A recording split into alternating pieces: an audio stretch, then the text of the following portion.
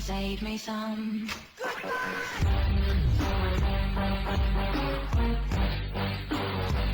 Hello, my friends. How you doing today? I am doing well. Yes, listen. I am doing well. Yes, I had an experience yesterday that was amazing. It was an amazing, beautiful, wonderful, awesome, life building, character building, positive experience. It was positive. It was a positive experience. And listen, I'm gonna open this video up by telling you thank you. Thank you for tuning in. Please do me a favor. Please hit that like button. Please hit the subscribe button. 46% subscribed, and then the rest, you guys are just watching. I don't know what's going on there. Hit the subscribe button. Hit that like button. Help me with that algorithm. I'd appreciate it. Yeah, I had a good experience yesterday. Now, if you've been watching my channel for a while, you know that I had been a pre-K teacher for approximately 14 years. Pre-K, pre-kindergarten. Teaching children to get ready for kindergarten. That's what I did, and I was damn good at it. I'm going to say it. Before, I would have doubt that I was ever doing whatever, but the deal is with me is I learned a long time ago that the best teachers are the ones that entertain. And especially when it comes to like children that are like younger children, you gotta entertain. If you're not entertaining, you're not gonna keep their attention, and then they don't learn anything. So I did magic, and I did puppets, and I did voices, and I read books, and the books had voices, and listen, I did a lot. And if there was a party, I would DJ the party. There'd be music, there'd be lights. It wasn't just a normal. It was a full-time, non-stop mind thing. Like what can I do next to up myself? What could be the next exciting thing I'm going to do with these kids next that's going to make them like really excited to want to be there? And I'm going to make it very clear that being a pre-K teacher, this was my big thing. I was there to fill my heart, not my pockets. Okay? It was never about the money. It was about the children. It was about their safety. It was about the parents and the families. I was dealing with a lot of parents, new parents that were like younger parents, 18 plus, you know what I mean? And sometimes they didn't know what to do. Sometimes they needed advice, and they would come and ask me for advice. So I got to tell you, I had really 14 years. I had a great run. Okay, I had great relationships with the kids, great relationships with the parents. Never had one complaint, not one complaint in my 14 years of teaching, not one.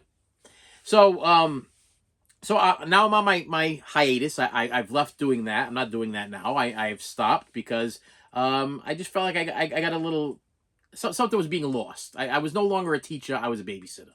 So now I'm on my hiatus, and this is my thing. Okay, this YouTube channel is one of my main focuses, and I love doing it. If it's something that you love doing, then you go with it. That's what I got to tell you. There's a saying that I've gone with my entire life, that there's a difference between a job and a career. A job is something that you do just to make a buck, and a career is something you wake up every day and you would do it for nothing because you love it. Now, it would be nice if I made a couple of dollars off of YouTube, so that's where your likes and subscribes and shares come into play here. But with that said, yeah, so I'm going to tell you what happened. So me and my wife went to the store, and I've been feeling a little low lately. I was a little low. I had a little low stretch there because 14 years of teaching, and all of a sudden you just stop. You're kind of questioning, were you good enough? Was I good enough? What did I do wrong? And I go, like, if I'm not doing it anymore, there must have been something wrong. And so I've been beating myself. I am my worst critic. I am my worst enemy. My head is constantly going, and I am hard on myself. I am extremely hard on myself. So when I left the job, I was like, what did I do wrong? What did I do wrong? And know what I realized yesterday? Nothing. I didn't do anything wrong. It was just time. It was just time. I'm a pre-K teacher, not a babysitter, and it was just time. And as much as I loved the kids, and I loved keeping them safe, and I loved feeding them and putting them to sleep and taking care of them all day, and I loved the parents and everything, it just wasn't fulfilling education-wise. Like I wasn't doing the alphabet anymore. I wasn't doing numbers and letters. I wasn't teaching anymore. I wasn't a teacher. I just stopped. So I've been down on myself, really, really hard on myself, really, really down on myself. So we go to the store yesterday. We're there with my daughter. It's my daughter, my wife, and we're walking around the store. And we go over to the produce section. I call it produce. Yeah, I'm using the word produce. I don't know if people say produce and slacks that much anymore. I'm gonna go buy myself a pair of slacks. I don't know if people say that anymore. But anyway, I'm bringing it back. I'm taking it back. I'm taking back slacks and produce. So I'm in the produce section, and we're walking around, and all of a sudden, I see this girl, and I recognized it instantly. It was one of my students I had approximately 8 years ago. Little girl's 13 years old now. 13 years old. I had it 8 years ago. And I walk by her, I make eye contact with her, I give her a smile, and I go around the corner with my wife and my daughter, and I could hear her in the other aisle. She's like, "That's Mr." And the mother's like, "Yes, it is." She goes, "But maybe he didn't recognize you because you're 13 now, and you were only like 4 or 5 last time he saw you." And so it was kind of cool because the little girl came around the corner with the mother, well, young lady, I'll say young, 13 now, 13, young, the young lady came around the corner, and I looked at her, I said, "I do remember you." I said, "In fact, now that you're not in my class anymore, I want to let you know that you were absolutely one of my favorite students. I never forget a student." I said, "I might forget names sometimes, but I never forget a student's face, especially if it was somebody that was really close to me, like that really, that I felt like I really made an impact on that child's life, or on that mother's life, or that family's life. And I really went out of my way to make sure that this child was well taken care of, and was some kids just stand out a lot more than others. You know, some kids that kind of just, they just exist, and there's some that like really make an impact on you. You know, you leave feeling very fulfilled. That kid comes over and gives you a hug, you feel good about it. This was one of those children. So I'm like, "I do remember you." I said, "But this is a problem." I said, "I don't say hi to my students anymore because a while back I got really excited about seeing one of my former students, and I went up to her and I said hi, and I scared the bejesus out of her." But she had no idea who I was. She did not recognize me. She did not remember me. I remembered her. She did not remember me. And then she's like, "Mommy, I don't know who this man is. I don't know." And it didn't dawn on me that, yeah, I have not seen this kid in, like, I don't know, 8 years or whatever, 7 years, and maybe when she was 3 or whatever, she ain't gonna remember me. It didn't dawn on me because I was excited to see her all grown up, and I was like, "This is great." But yeah, that went terribly wrong. So ever since that day, I tell all my students, I'm like, "Listen, if you ever see me out and about, you may approach me, but I would never approach you because I don't know if you're gonna remember me or not." But this little girl was like, she was so excited. And I told her, I said, "Yes, you were one of my favorite students." And she looked at me, she goes, "You are my favorite teacher. You have been my favorite teacher." And the mother goes, "You were my favorite teacher too." And I got to tell you right now, that was like God giving me confirmation that for the last 14 years of my life, I didn't do something wrong. You know, I just left this job just now, and I felt really deeply in my heart that I did something wrong. I didn't do anything wrong. I did nothing wrong. It was just time. It was just time.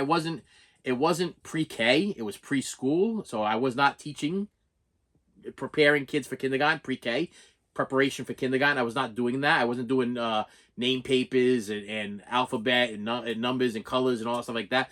Pretty much all I was doing was keeping these kids alive. And I wasn't satisfied with that. You know, it was like I wanted to teach them something as well as keep them entertained and have fun with them.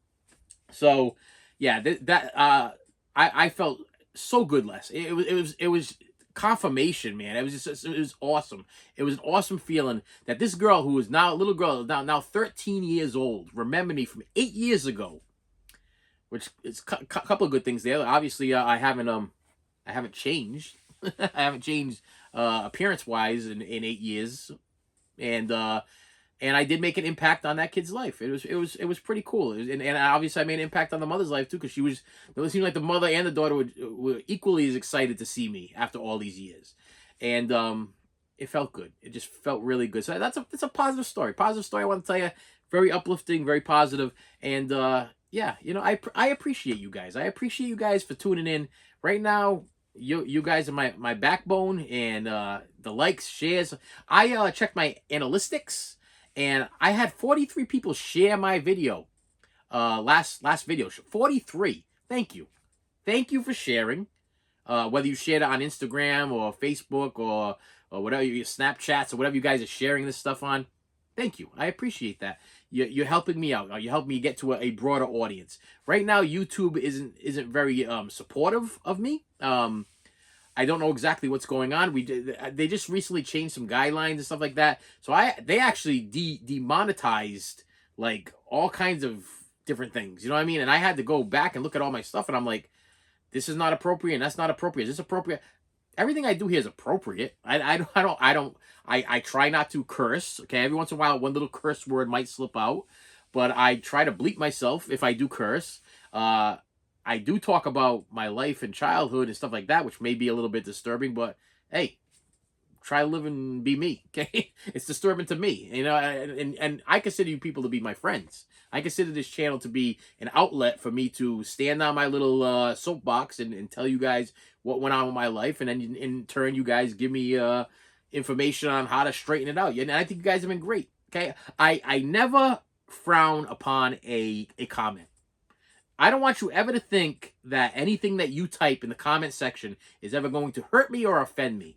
All it does is make me either stronger or gives me inspiration on to do something better. I've had so much advice from viewers. If I don't get advice from viewers, how am I supposed to know what to do next? I mean, I'm here for not only for myself, but I'm here to entertain and keep you guys happy. So I'm going to continue to do what I'm doing. Now, granted, since I am in the middle of a hiatus and a little bit of a pay change and a little bit of a not making as much money as I used to make, there ain't going to be as many packages coming in. But there'll be more top 10 lists. There'll be more hard to find items, be out of print stuff. I'll be doing different videos and different things. I had suggestion on some live video footage stuff that people wanted me to do. They wanted me to go live and maybe do a movie watching live or whatever. I'm still trying to figure out get the bugs out of it. When I get the bugs out, we'll be on board with that. But I got a couple packages. And thank you. Thank you once again. One more time. Thank you so much. Listen, if you have not hit the like button yet, please hit the like button. If you have not hit the subscribe button and you're part of that 60-something% that has not subscribed but are watching me every single week, I post definitely twice a week. And now that I am got more time, I'm going to be posting a lot more of different things. Okay, I'm going to be doing a lot more different things on this channel, and I want to expand. You know, I just bought a rotating table. Yes, a rotating table I bought for when I do my figure unboxings, because I collect Hot Toys and Sideshow toys and a lot of 1/6 scale figures. And when I do my unboxings, I was finding that there wasn't really much I could do with that, and I felt like the camera was too close, whatever. So I'm actually gonna build myself a little light box, and I bought the rotating 360-degree table, so you can get a whole 360-degree view of the figures. So as I'm talking about the figures and my review on how I feel about the figures, you could get a 360-degree view as they spin around. Yeah, I did that just for you, so you can get a proper review, because that's what I do here. I do movies, music. I tell stories about my life. And toys and other things. There's a lot of stuff going on with this channel, which is another problem I have with YouTube, is because they say I have to have a niche. A niche or a niche? Is a niche? Is a niche? I have to have a niche. And the way I feel, my niche is all over the place. One day I'm talking about mental health. Next day I'm talking about DVDs. One day I'm talking about Blu-rays. Next day I'm talking about 4Ks. One day I'm talking about toys. Next day I'm talking about, I don't know, teaching or whatever, or not teaching anymore, whatever that might be. So yeah, I'm kind of all over the place. Plus, I don't know how it's going on with the editing system either. It takes me a long time to edit these videos, but now I have Megan over here on the right-hand side of me, so hopefully I'm able to edit Megan out of the shop. Not sure. But Megan is like over 4 feet tall, and I'm keeping her in the box, and I had to put her over here on this side. So hopefully when I edit this, I can kind of squish myself down so you don't see Megan all the time. But that's where she's got to live right now, because I couldn't bring it. I couldn't bring myself to have her leave the room. Okay, she just seemed like she should be in the room. Okay, I did not want to put her in the basement. I did not want to stick her in the living room. I didn't want to stick her someplace where the box was going to get damaged. The safest place is right here in my fortress of solitude, and so I can keep her safe, and that's where she's staying. But right now, she kind of closing in on me. Anyway, I got 2 packages I want to open today, and one of them is from Amazon, and it's bothering me because it's loose. It's loose, so I'm gonna have to open this up and open this up to make sure it's open. Now remember, if I get any digital copies on this channel, I give all my digital copies away.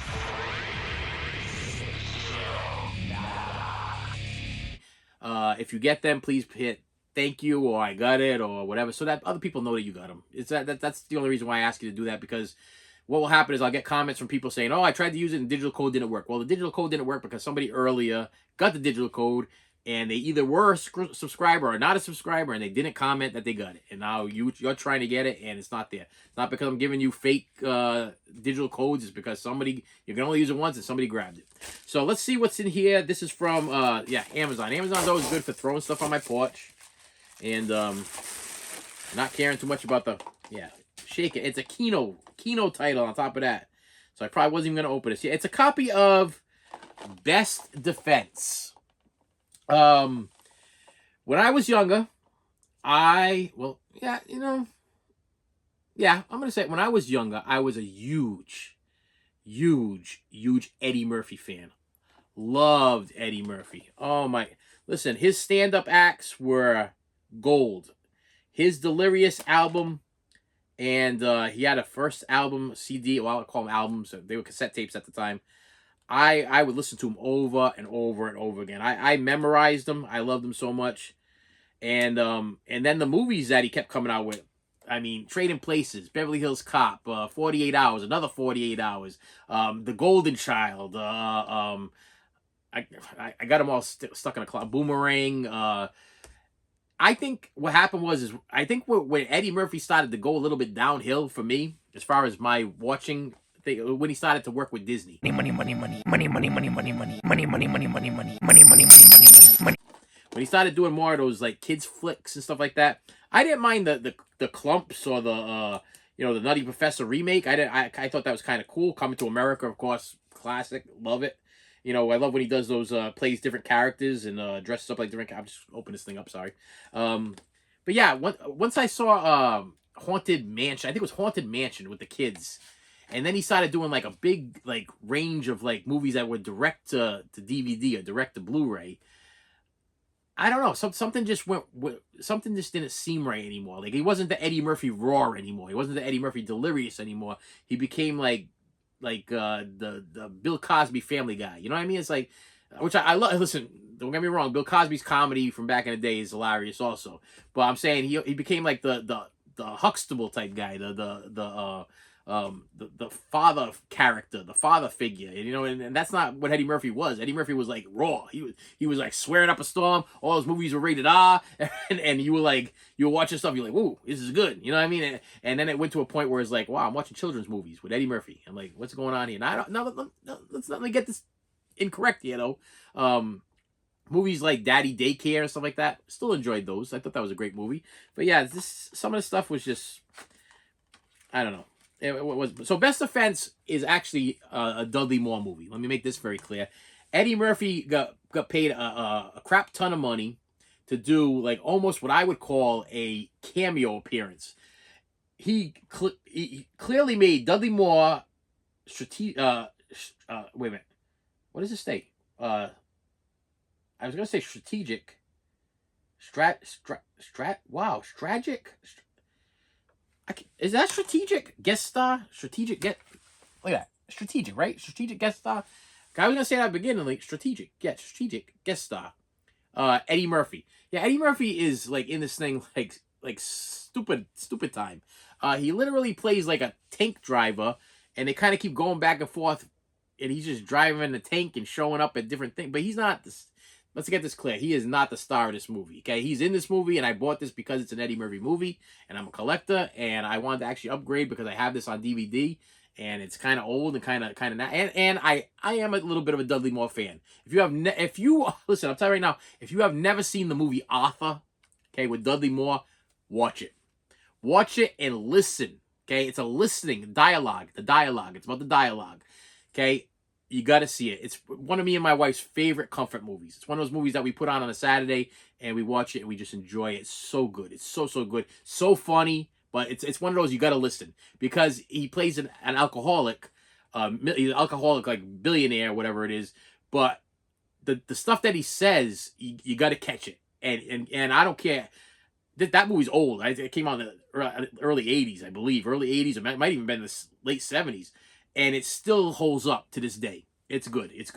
So yeah, Best Defense. I'm a Dudley Moore fan, so I had to buy it. I am an Eddie Murphy fan, so I had to buy it. But I'm not happy with this Amazon lack of care, shaky thing going on here. Yep, it's all set. And I want to also throw this out there at you collectors. This is a Kino release. I don't know what's going on with Kino lately, but anything that comes out on Kino is automatically out of print.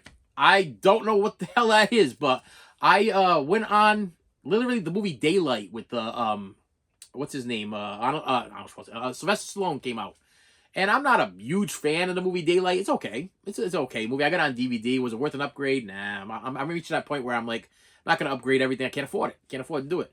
So I'm like, should I upgrade the DVD to 4K because that's what they were offering on the Kino site? And I didn't do it. I'm like, nah, I could probably pick it up. If I want to really, I'll pick it up on Blu-ray. It's cheaper just to pick it up on Blu-ray. And right now it's going for like almost $200. Almost as I'm recording this video right now, the flippers are flipping it right now on eBay between you can't get it for any less than $100 right now. Now, granted, I'm going to edit this. You're probably not going to see this for probably a little bit. I don't know what it's going to be going for. It could be going higher, or maybe they're going to reproduce another batch. But what I was told is that once Kino stops making their titles, they just stop making them. They don't redo it again. But what I also am noticing about Kino, like I just got this thing. This is Best Defense. This is on Blu-ray. Probably in about 6 months next year, they're going to release Best Defense on 4K Blu-ray combo pack. And I'm fine with the Blu-ray. I'll stay with the Blu-ray, so I'm happy with it.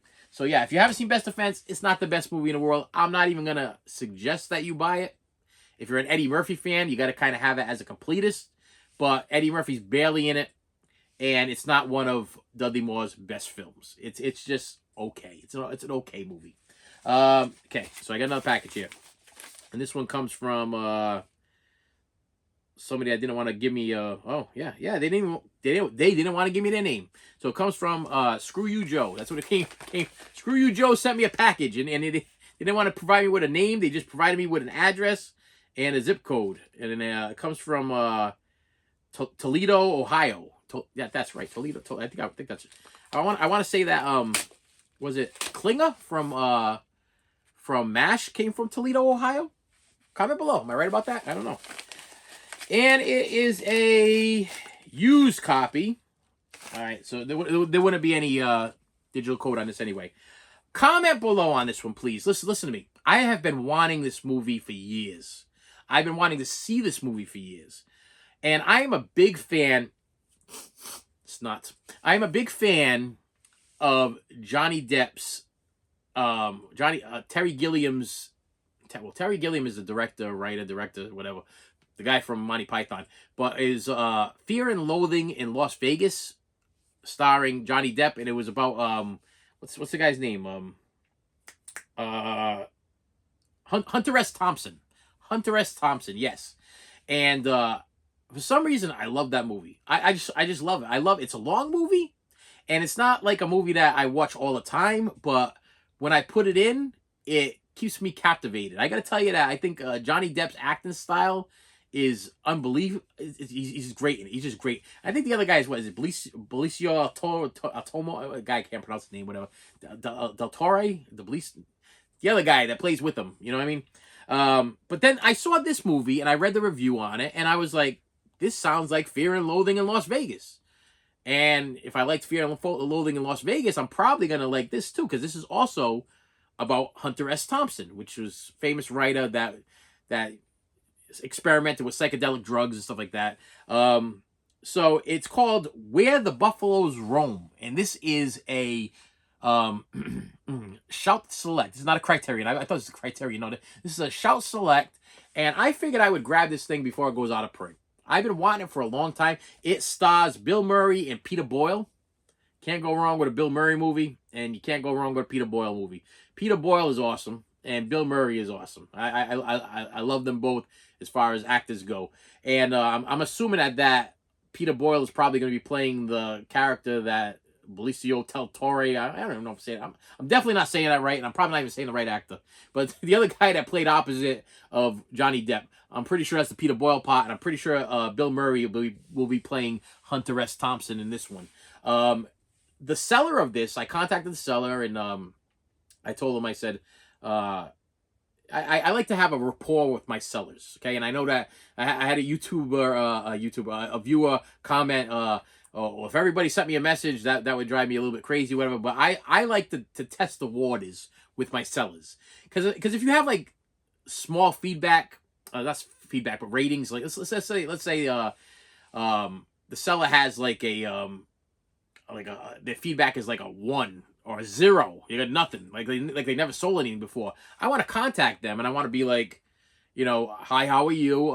Can you give me a little more information about the movie, or can you give me a little more information about this, or can you tell me? And I do that because if they're a bot or if there's somebody that's gonna rip me off, I'm not gonna get a response. They're not gonna respond to that. But if they're a real person that really wants to sell an item, they're gonna contact me. They're gonna give me a little information. They're gonna tell me a little bit about the movie, or they're gonna tell me a little bit about something or whatever. And yeah, I contacted this person. They contacted me right back. They had zero feedback, zero. Have not sold anything in their store. Matter of fact, just started their store this month, and I was like, that's sketchy. It's tough. I mean, it's gonna be tough for a seller that just started, because you gotta make that first sale. But also as a buyer, I'm kind of like, I want to see your feedback. I want to see how well you are with your customers.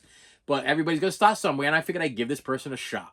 And I gotta tell you, as soon as I put this in my player and make sure that it actually plays, no scratches, I think we're gonna be good. Oh, this is look at this cover. Well, I'm sliding this out there, but this is the cover I remember actually at the video store. I remember that. I remember this right here at the video store. I remember walking by that. So you do get an alternate cover. Of course, the Shout Factory, Scream Factory, they always give you a nice alternate cover. I'm going to stay with the Shout Factory original. The disc seems like it's in good shape.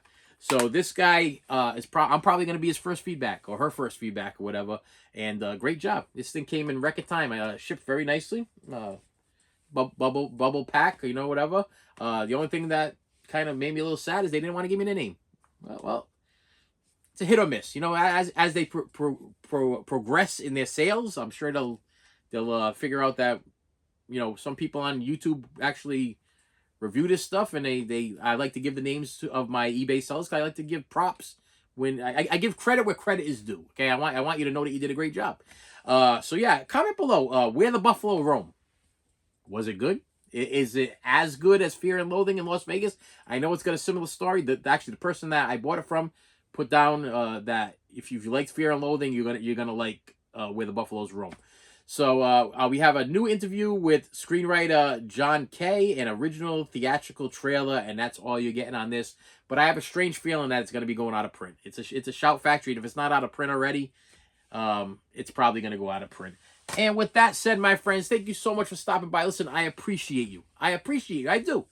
Even you in the back over there that's constantly complaining about either my videos being too long or too short, or not liking my content, or I did this wrong, I did that wrong. Even you that are complaining, listen, we all have our bad days. Okay, listen, not every video is gonna be a hit. Not every video is gonna be a miss. Some you're gonna love, some you're gonna absolutely hate. But you gotta give it a shot, right? You gotta try it. Listen, when I don't know about you, but when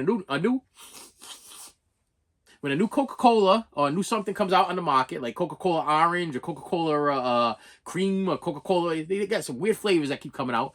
I got to try it at least once. Now, it might suck and I might not want to go back again, but I'm hoping then when we compare Coca-Cola to this channel, I'm hoping that you guys come back for more. And please like, share, subscribe.